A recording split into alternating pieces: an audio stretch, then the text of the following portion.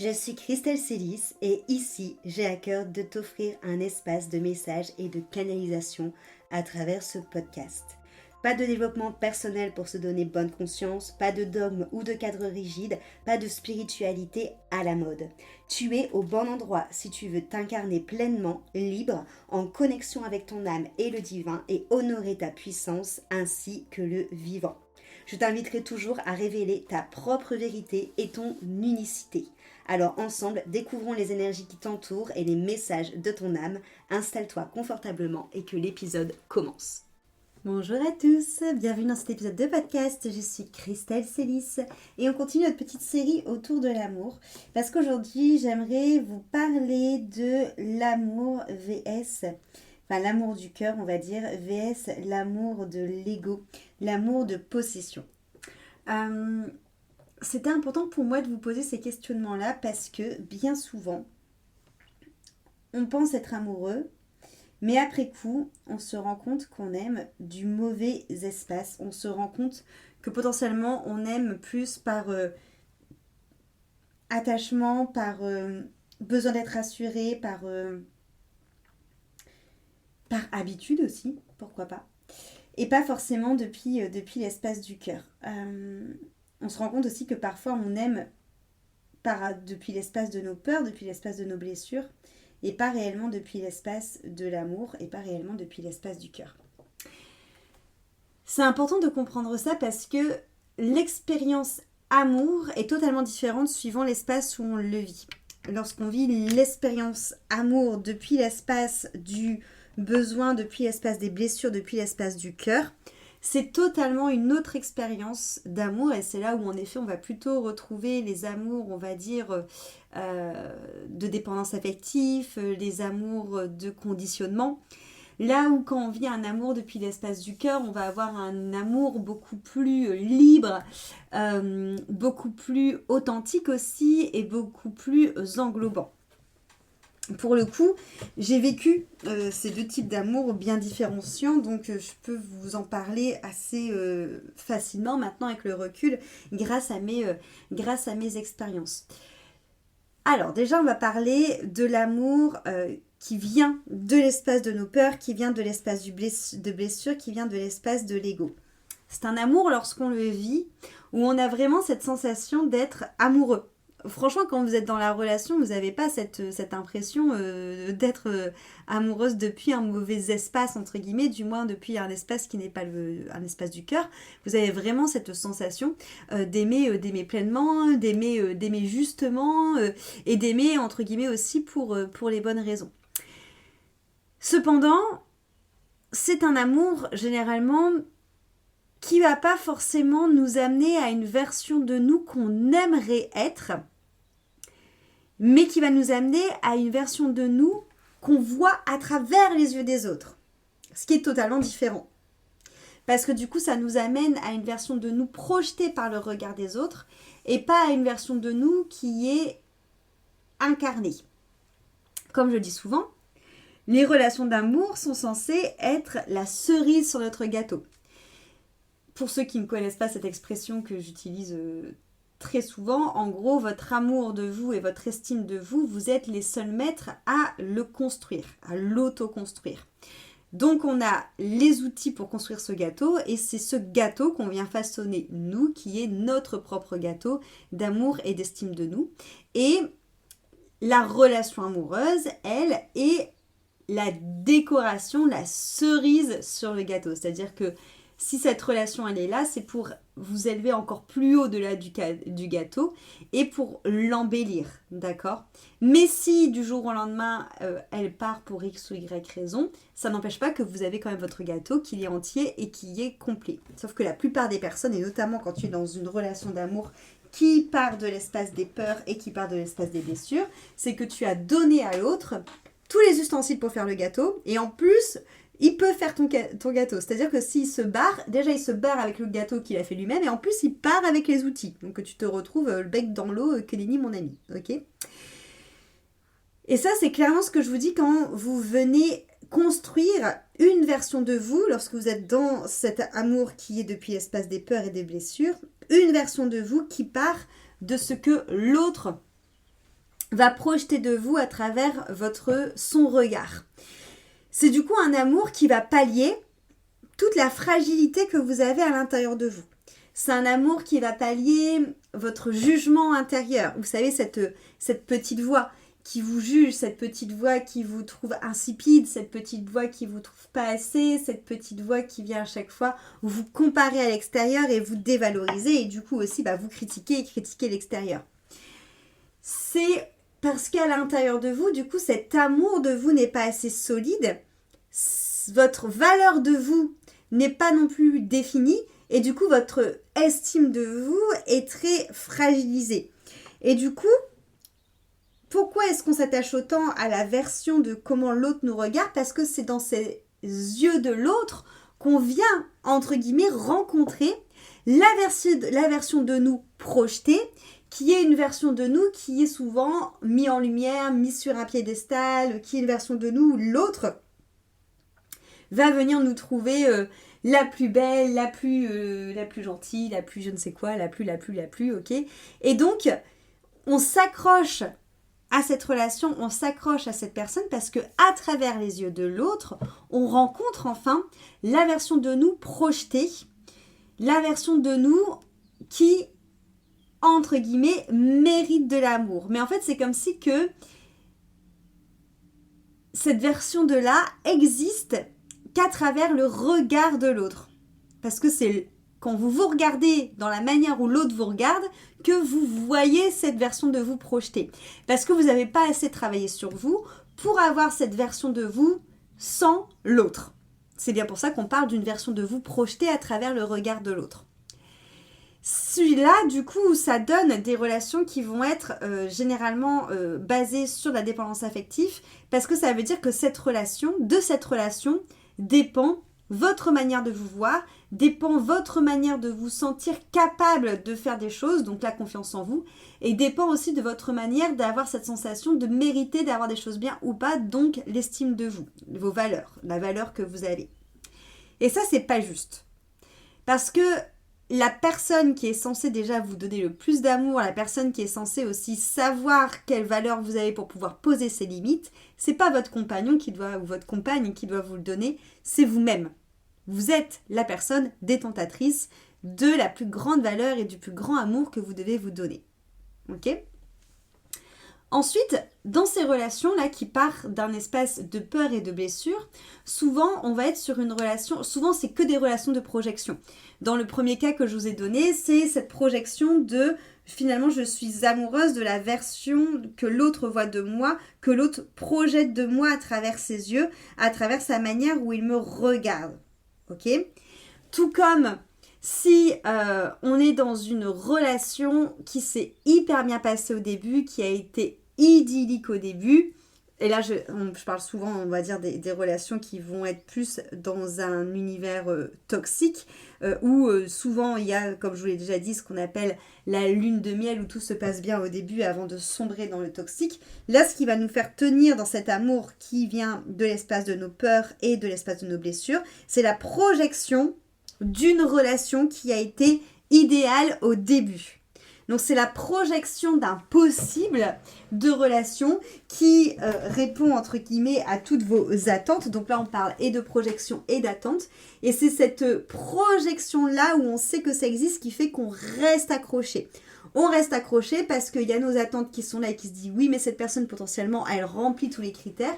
Et on reste accroché parce que derrière il y a toujours ces mêmes failles de manque d'amour de soi, de manque de confiance en soi, de manque d'estime de soi, qui se dit oui mais avec cette personne-là, il t'a aimé et il t'a projeté une relation que tu ne mériteras pas avec quelqu'un d'autre parce que personne ne sera en mesure de te le donner. Donc là on est dans un mélange de fantasmé de je sais que cette personne a su me regarder avec cette projection de moi parfaite et du coup ça m'a montré que j'étais digne, et aussi le deuxième point qui vous fait rester, c'est cette projection fantasmée de cette relation qui a existé, qui était parfaite et qui peut du coup à tout moment le redevenir, parce que si ça existait une fois, c'est que c'est présent et que on peut y arriver, qu'on peut le faire. Donc ça c'est pareil, c'est un amour qui vient de l'espace des blessures et de l'espace des peurs. Et ensuite il y a l'amour qui n'a pas été concrétisé, dans la matière et qui va être un amour par contre où, alors parce que pour différentes raisons, hein, on sait très bien que notamment là je parle vraiment des relations amoureuses et de l'amour amoureux dans ce podcast, hein, pas, voilà, pas de l'amour général, et on sait que pour une relation amoureuse, l'amour ne va pas suffire parce que en tout cas dans la société, enfin si on est dans un modèle de couple on va dire j'ai envie de dire entre guillemets classique, du moins de ce qu'on peut voir le plus souvent, les relations amoureuses va fonctionner parce qu'il y a de l'amour, mais aussi parce qu'il y a des projets ensemble dans le futur, parce qu'il y a des valeurs communes et parce que le couple peut avancer dans une vision de vivre son couple, de vivre son amour et de vivre sa construction individuelle et en couple de la même manière. Ok, c'est pour ça que l'amour va pas forcément suffire, parce que si on n'a pas la même vision du couple, si on n'a pas la même vision de comment on veut construire, si on n'a pas la même vision de ce qu'on attend d'une relation à deux, bah forcément il y aura beau avoir de l'amour, il y a des fois où il va y avoir des frictions et où ça va demander des concessions ou pas. Bref, et dans ces cas-là, on peut avoir aussi un amour qui nous laisse accrocher à une relation qui part, on va dire, des peurs et des blessures. Et surtout, dans ce cas-là, d'un manque de lâcher prise. Parce que du coup, on reste accroché à cette personne et à cette relation pour justement ce côté toujours projection. Mais projection de la relation qui n'a pas abouti. Ou projection de la relation qui n'a pas fini, on va dire, convenablement. Ça, c'est quand vraiment vous savez qu'une relation aurait pu fonctionner s'il y avait eu ça, s'il y avait eu ça, s'il y avait eu ça. On est d'accord que souvent il y a plusieurs facteurs, mais en fait on sentait tellement une alchimie avec la personne, on sentait tellement une connexion que du coup on reste focus encore une fois sur une projection de il y avait un possible, il y a un champ des possibles qui existait avec cette personne et je reste focus là-dessus. Mais ça c'est pareil, quelque part ça vous fait pas aimer du bon espace parce que ça vous cristallise dans un champ des possibles qui dans la matière n'existe pas. Et surtout, ça vous éloigne, encore une fois, potentiellement du fait d'avancer pour vous et potentiellement du fait aussi de écouter réellement vos besoins à vous et vos limites à vous et avancer. Ok ? En tout cas, on voit vraiment que l'amour, en tout cas, dans les relations amoureuses, vont être conditionnées différemment quand ça part en effet d'un espace de blessure, quand ça part d'un espace de peur. Et on a aussi des relations d'amour qui partent d'un espace de manque. Et donc là, on est vraiment cette notion de je ne suis pas assez ou je ne suis pas digne. Où là, on va être en relation, encore une fois, dans un espace qui part des peurs et des blessures. Et où la personne va chercher toujours à travers le regard de l'autre, inconsciemment, de se prouver à elle-même en essayant de prouver à l'autre qu'elle mérite de l'amour, qu'elle est digne d'être aimée, qu'elle est digne d'affection, qu'elle mérite de l'affection. Donc là, clairement, généralement, on est dans le fameux triangle de Karpman, sauveur, victime, bourreau. Ok ? Et ensuite, on va aussi avoir toutes les relations amoureuses qui, là, vont être à base de... comment je vais dire ? De conditionnement, de miroir de ce que la société, de ce que les parents, de ce que l'éducation attendent de vous, où là on va pas forcément aimer depuis un espace de cœur, on va pas non plus forcément aimer depuis un espace de... Ah quoique, si, on va aussi aimer depuis un espace de blessure ou de peur, parce que la blessure et de peur qu'il y a derrière ça, c'est la peur d'être rejeté, la peur de ne pas rentrer dans les cases, la peur d'être différent, la peur de concevoir une relation amoureuse différemment. Donc si, ça vient toujours aimer aussi depuis l'espace de peur et de blessure. Mais en tout cas, c'est vraiment je me mets en couple avec cette personne parce qu'elle répond à mes attentes, parce qu'elle répond à ce que je projette d'une relation amoureuse par rapport à ce que j'ai pu connaître en schéma parental, en schéma avec les grands-parents, en schéma autour de moi, par rapport à ce que j'ai pu voir dans les films, par rapport à ce que j'ai pu comprendre qu'il fallait rentrer à tel âge en couple et se marier à tel âge, avoir des enfants à tel âge, pour être dans un moule de sociétal. Ça c'est pareil, c'est des relations qui ne sont pas de l'espace du cœur, mais qui sont depuis l'espace de projection de ce que la société, les parents, l'éducation met sur nous, par peur de sortir du lot, par peur d'être rejeté, par peur d'être encore montré du doigt. Et par peur à terme aussi de finir potentiellement seul si on ne rentre pas dans ce schéma-là, parce qu'il y a quand même aussi toute une mécanique où, en tout cas aujourd'hui, oui, aujourd'hui, je pense qu'il y a encore des personnes qui souffrent d'une sorte aussi de pression ou d'angoisse sociétale où on se dit qu'à partir de tel âge, c'est compliqué de trouver quelqu'un si on dépasse tel âge, c'est compliqué de construire sa vie si on dépasse tel âge, c'est compliqué de faire des rencontres, nanani, nanana. Donc il va y avoir aussi une sorte de peur de se retrouver seul, tout simplement, de peur de solitude. Et on se souvient que la solitude, c'est une illusion qu'on a vraiment dans cette matière qu'on nous propose aujourd'hui dans la société dans laquelle on vit. Là où la relation d'amour vient du cœur, c'est totalement différent parce que c'est une relation d'amour qui est constante. J'ai envie de dire qu'il sera peut-être moins intense, qui sera peut-être moins passionnelle, mais qui sera totalement constante. Et encore, quand je dis moins intense et moins passionnelle, c'est par rapport à la grille de lecture de ce à quoi on nous a bercé dans la pop culture, dans les films, dans les romans, dans les séries, dans tout ça. Parce qu'une relation venant du cœur, c'est quelque chose véritablement qui est stabilisant, parce que c'est un amour qui est inconditionnel, c'est-à-dire que c'est un amour qui aime au-delà des peurs, au-delà des masques. C'est un amour qui observe et comprend les blessures et les peurs de l'autre. Ça ne veut pas dire que elle accepte tout, hein, parce qu'encore une fois, qui dit amour ne dit pas non plus naïf et ne dit pas non plus totalement, doux. L'amour, c'est être aussi tranchant, parce que dans l'amour avec l'autre, il y a forcément aussi l'amour de soi qui rentre en compte. Donc l'amour, c'est être tranchant lorsque l'amour de soi est mis en épreuve. Mais c'est pas parce qu'il y a cet amour qui devient tranchant parfois que cet amour n'est plus.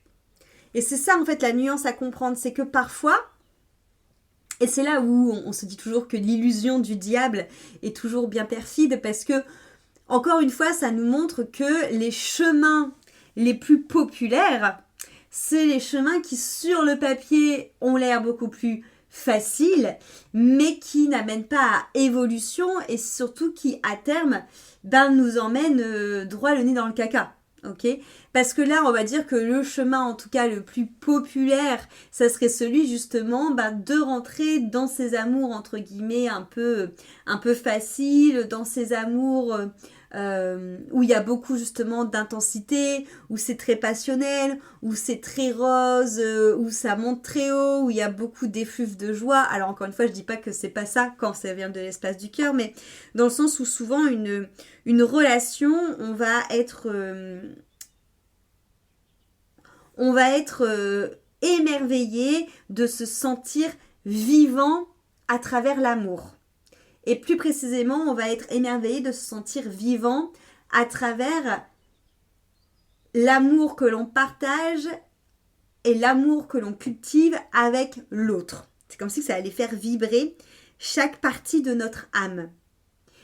Et ça, pour moi, c'est vraiment ce que j'appelle le chemin le plus commun, le plus large, et donc celui qui est potentiellement associé, on va dire, entre guillemets, au côté blessure, au côté peur, au côté qui n'est pas élevant, parce que c'est souvent des amours qui vont très bien lorsque c'est très beau et lorsque tout va bien, mais qui sont du coup inconstants, parce que des amours qui souvent manquent de tolérance face aux blessures, face aux failles, face justement au côté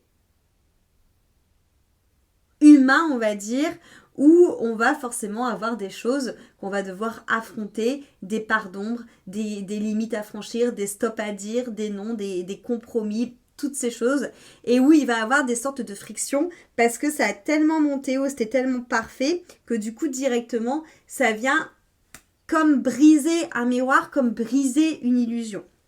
Là où l'amour qui vient du cœur est un amour qui va se construire.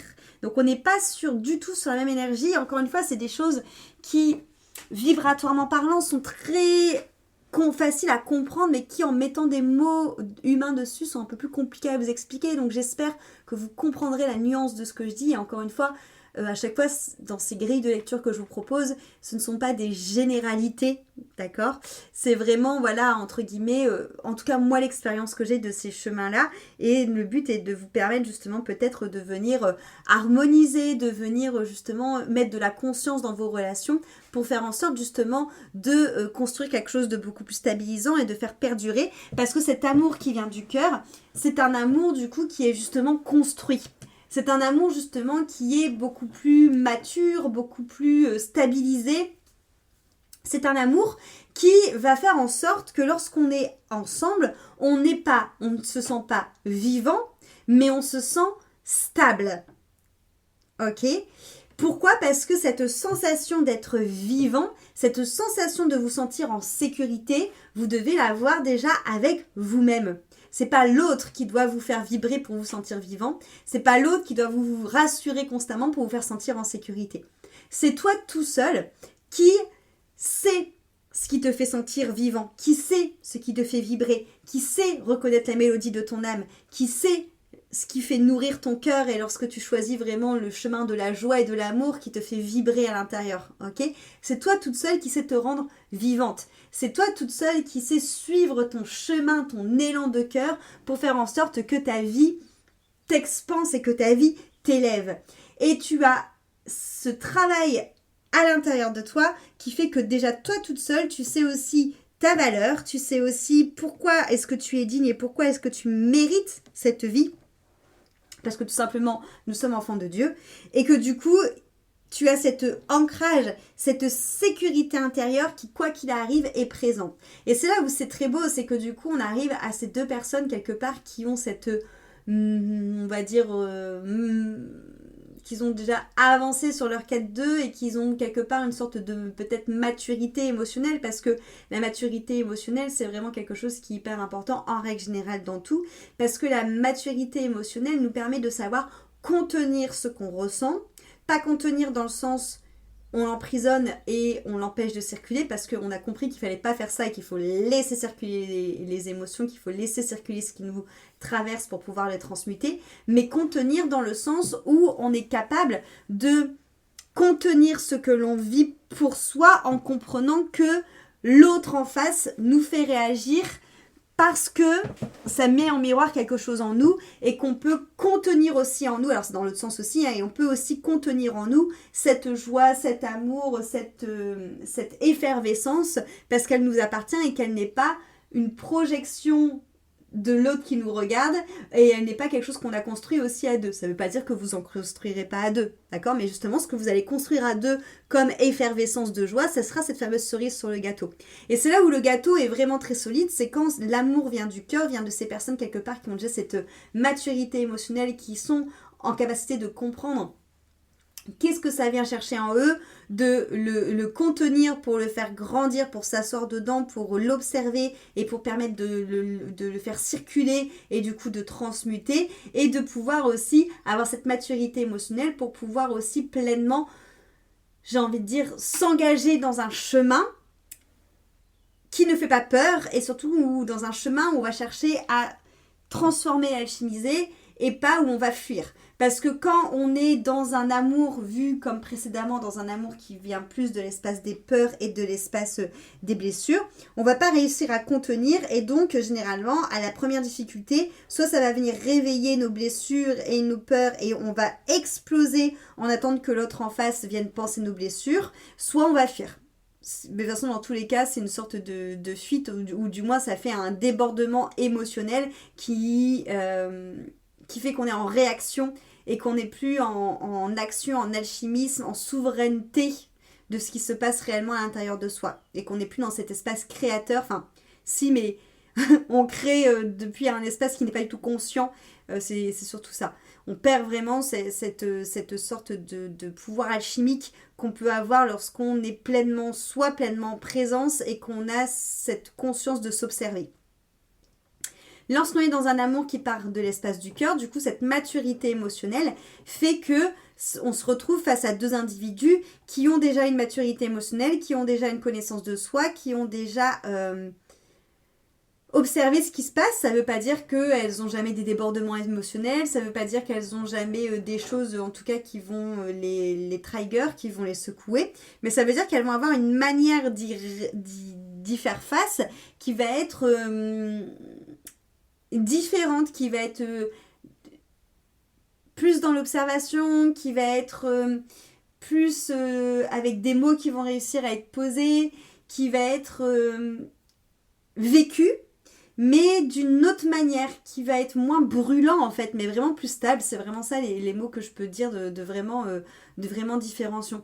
Et cet amour qui vient du cœur fait que lorsque du coup on est face à une difficulté, on ne prend pas fuite, on reste face à la difficulté pour venir justement la transmuter. Déjà la transmuter d'une manière individuelle. C'est-à-dire que c'est prendre le couple comme étant un terrain de jeu pour devenir une version de soi élevée. Et c'est là la différence, c'est que c'est vous qui devenez une version de vous élevée et c'est pas l'autre qui projette de vous une version élevée. En fait, l'amour qui vient du cœur, vous restez entre guillemets, j'ai envie de dire, détentateur de cet amour pour vous et acteur tout du long. Là où l'amour qui vient des peurs et des blessures, vous donnez votre pouvoir entre guillemets à l'autre parce que vous grandissez, vous vous élevez et vous vous aimez qu'à travers les yeux et la projection de l'autre, ce qui est totalement différent. L'amour du cœur, lorsqu'on est face à une difficulté, ça nous permet de nous observer, de comprendre ce qui se joue en nous, de comprendre ce que l'autre éveille en nous et de choisir, nous, d'être pleinement souverain et responsable, radical et conscient de ce qu'on vit et de pouvoir le transmuter. Et de pouvoir, après avoir fait ce chemin-là personnel, avoir une conversation avec l'autre pour pouvoir éventuellement ajuster, harmoniser, transmuter la relation ou redéfinir le cadre, redéfinir entre guillemets la charte de couple par rapport à ce qui s'est passé. Et on est vraiment du coup dans une construction, ce qui est totalement différente avec le premier amour où on est dans une sorte de vibration. Là on est dans une construction parce que vous vibrez déjà tout seul avec vous-même, vous n'avez pas besoin que l'autre se mette à jouer des claquettes pour vibrer, d'accord ? Vous vibrez déjà avec vous-même, vous savez, vous êtes droit dans vos bottes, vous savez où vous allez, vous avez votre verticalité et vous construisez quelque chose de sain et d'élevant pour vous deux en tant qu'individu.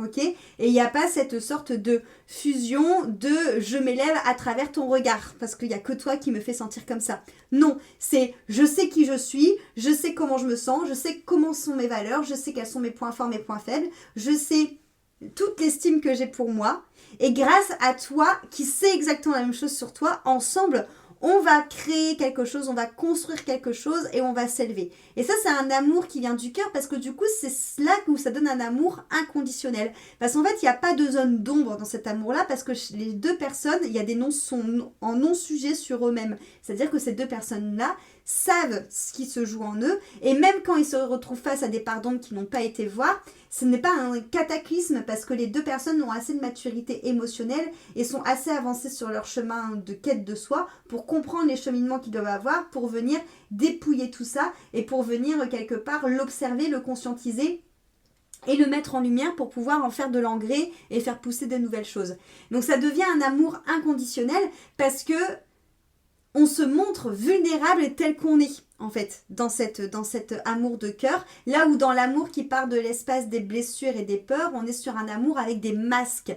On est sur un amour où on rentre dans des cases, on est sur un amour où on surjoue pour remplir telle ou telle case, pour remplir tel ou tel besoin, pour remplir telle ou telle attente que l'autre peut avoir ou telle projection qu'on pense qu'il faut qu'on remplisse pour que l'autre nous aime. Alors que dans l'autre, on est tellement ok avec qui on est et c'est tellement un non-sujet avec qui on est qu'on n'a plus besoin de prouver. Et ce qui fait qu'en fait, la relation se construit directement sur des bases qui vont être saines, sur des bases qui vont être authentiques quelque part, parce que du coup, l'autre nous voit directement tel qu'on est, sans masque, avec pleinement de vulnérabilité et surtout sans attente et sans condition. Et c'est là où du coup on change le mot parce que forcément quand on est dans un couple, ça inclut du coup qu'on est deux et ça inclut du coup qu'on est deux individus avec peut-être potentiellement des valeurs différentes, avec des manières de vie différentes, avec des attentes de vie ensemble qui sont différentes. Mais là on n'est plus dans une notion de devoir remplir des cases, on est dans une notion de co-créer ensemble et que chacun ait son individualité dans le couple qui existe parce qu'il a été co-créé par ces deux individualités. Et surtout, de bien mettre en phase cette notion de discussion des valeurs, du cadre, entre guillemets, de la charte du couple et d'avancer ensemble vers ce futur du coup. Et c'est super important pour moi de faire comprendre ça parce que c'est deux expériences d'amour qui sont totalement différentes. Et là, encore une fois, je parle vraiment de, on va dire, l'amour couple cliché comme on l'entend parce qu'en vrai, il y a autant d'histoires d'amour qu'il y a de formes d'amour parce que tous les amours vont être différents. L'amitié, c'est de l'amour. C'est juste qu'elle est, entre guillemets, c'est pas qu'elle est en dessous ou qu'elle est au-dessus, c'est juste qu'en fait, c'est comme si vous aviez un éventail et que dans cet éventail, il y a plein de types d'amour différents. Et il y a on va dire, des amours qui vont plutôt être basés depuis l'espace de la peur et de la blessure, des amours qui vont être placés plutôt de l'espace du cœur, mais les amours amoureux, les amours amicaux, les amours de famille, en fait on peut retrouver tous ces amours-là basés soit sur l'espace du cœur, soit sur l'espace des peurs et des blessures. Là je vous ai parlé de l'amour amoureux, mais ça vaut pour tous les amours, pour toutes les relations, ok ? En fait, c'est vraiment comme si vous aviez cet éventail et que l'amour fraternel, l'amour entre sœurs, l'amour avec le père filial, l'amour avec la mère, l'amour maternel, l'amour de vous, l'amour de couple, l'amour amical, l'amour avec vos enfants, l'amour qu'on peut ressentir aussi, cet amour avec les animaux. Tout ça peut partir soit d'un espace du cœur ou d'un espace de peur et de blessure. Et en effet, là où il y a un ego, c'est-à-dire du coup dans le genre humain, on peut plus avoir cet espace de peur, de blessure. Là où avec les animaux, c'est différent. Après, voilà, c'est toujours pareil. Après, en effet, il y a quand même... quoique... J'allais dire c'est différent, mais je pense par exemple à des animaux qui ont subi des traumas. On voit que oui, ils nous aiment d'un amour inconditionnel, mais que parfois, ils vont aussi potentiellement avoir des réactions pour être sûr qu'on ne va pas de nouveau les abandonner, des choses comme ça. Donc, ils peuvent aussi, peut-être aussi aimer du côté des peurs et des blessures. Bon bref, là je réfléchis toute seule. Vous êtes rentrés dans ma tête l'espace d'un instant pendant mes réflexions personnelles. Mais en tout cas, j'avais à cœur de vous faire vraiment ce distinguo entre l'amour peur-blessure et l'amour qui vient du cœur. Si c'est un sujet qui vous intéresse, il reste une seule et unique place pour l'immersion amour. Le but de cette immersion, c'est vraiment de venir vous reconnecter à la fréquence universelle de l'amour et donc de vraiment expérimenter, plonger, incarner, vibrer cette fréquence de l'amour sous tous les angles, c'est-à-dire que suivant la personne qui vient dans l'immersion doit travailler, ça viendra travailler soit sur son amour d'elle-même, soit son amour avec l'autre dans les relations, soit l'amour avec le divin. Et l'idée, c'est vraiment de venir faire un travail vibratoire et énergétique, donc à l'aide de soins, de constellations familiales et d'hypnose, pour venir enlever toutes les programmations, tous les conditionnements, toutes les peurs, toutes les blessures qui vous éloignent de l'énergie d'amour, qui empêche cette énergie d'amour de descendre à l'intérieur de vous et de s'installer pleinement dans votre corps, et de ensuite pouvoir vous reprogrammer à cette fréquence d'amour inconditionnel qui est pour moi l'amour divin et qui va venir s'exprimer sous différentes formes, soit en amour de vous, en amour de soi, soit en amour avec l'autre qu'on partage, ou soit en amour vraiment avec le vivant et avec Dieu. Donc il reste une seule et unique place pour cette immersion. Toutes les informations sont dans la description de ce podcast et vous avez jusqu'à jeudi minuit pour vous inscrire. Ça sera la seule édition 2026 pour cette immersion. Donc si ça vous intéresse, je vous invite à sauter sur cette dernière place. Merci pour votre écoute et à très vite pour un nouvel épisode. Cet épisode t'a plu, pense à lui laisser une jolie note sur ta plateforme d'écoute de ton choix et aussi de le partager aux personnes à qui il pourrait être utile.